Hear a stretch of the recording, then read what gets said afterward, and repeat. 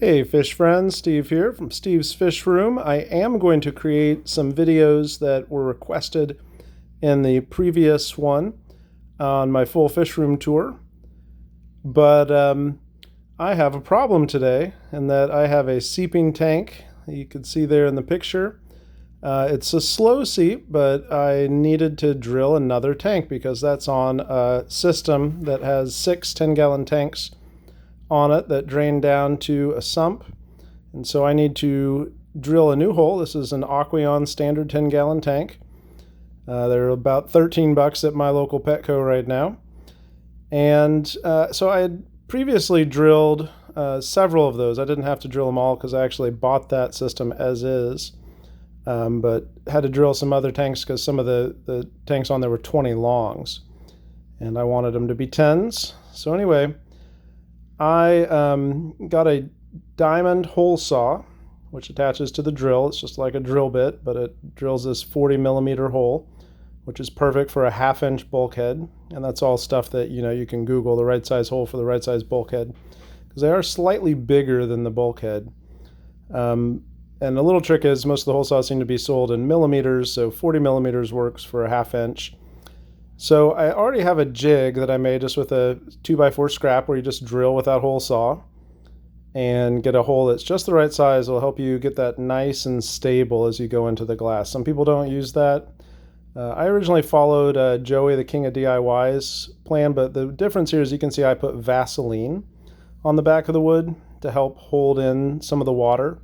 And then you just saw me put duct tape underneath where the hole's going to be so that piece of glass doesn't, shoot down when you finish drilling and crack another part of the tank, which would really stink.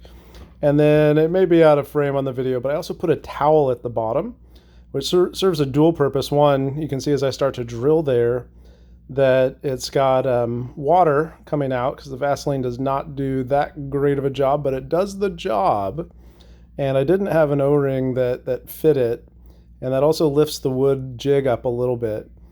So actually I'm going to have the sound off, or sorry, I should say the sound back on. I usually just go mute the sound of my videos so I can talk over them. But so you can hear what an awful noise this hole saw makes on glass. But I'll say based on my failures, lest you think I am also a king of DIY, I'm more a jester of DIY.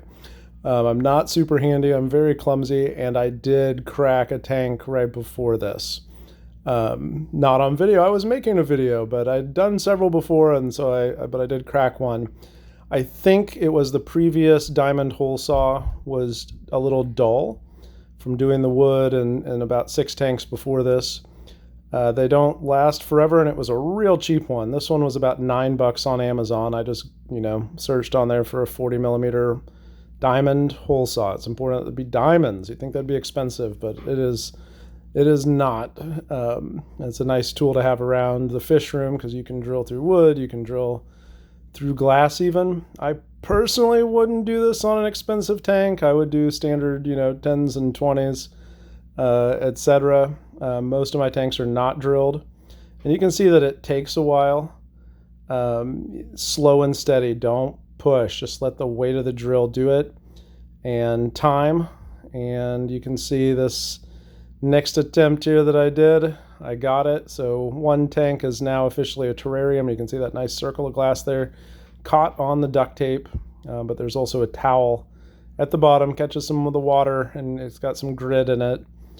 But that's how you drill a tank. Not terribly hard. I do recommend Joey's video if you want to watch some more. He does a great job on those DIY projects. I don't know how old that video was, but I'm sure you can find it. And that's where I started. Like I said, just switched out for the Vaseline. Thanks so much for watching.